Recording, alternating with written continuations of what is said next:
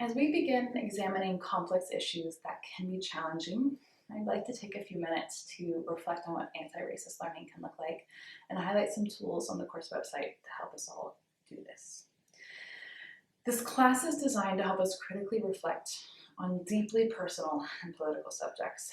Tackling topics of racism, bias, and inequality isn't always very fun, especially when we start to realize the ways we benefit from injustice and support oppression, no matter how inadvertently.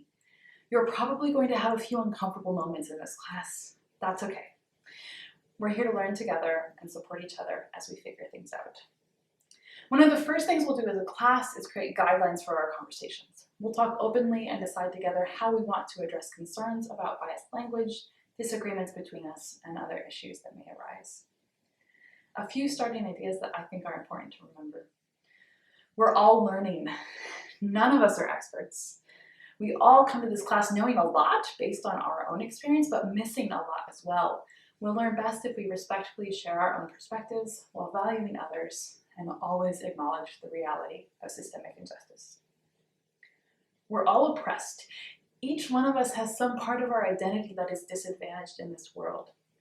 But we're also all oppressors. We all have aspects of ourselves that benefit us relative to others.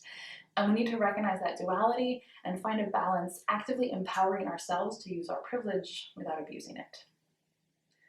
We're all imperfect. We're going to mess up. That definitely includes me. We are so surrounded by oppression that we all hold prejudices, even if they're unintentional and unconscious. We need to work to confront and unlearn them. And we want this class to be a place where we hold each other accountable without attacking people for mistakes.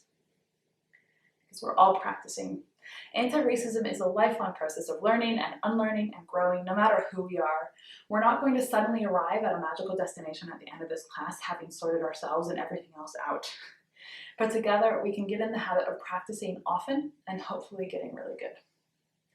The course policies page on our class website has more details about anti-racist learning and resources to help us identify and rectify our own language, which can accidentally enforce everyday ableism, racism, and other forms of bias.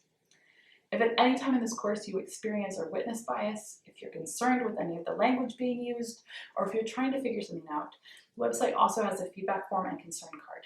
This can be entirely anonymous. Please use it any time you would like to bring attention to a problem. There's also an anonymous ask and answer board on the website. Use that page to ask clarifying questions about terms and get clarity on anything that maybe you've always wondered about but have been a little hesitant to ask.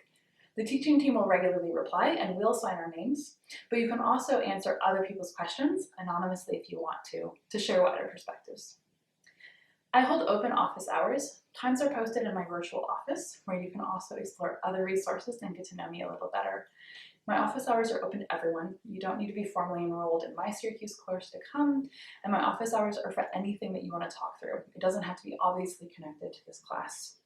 If my usual times don't work for you, please just email and we'll find a time. Lastly, I know there are things I could be doing better. Please always feel free to tell me, and thank you for your patience and your guidance as I keep exploring my own anti-racism and how I can be a better ally. I feel really honored to be learning from you, and I'm grateful for your commitment to this course.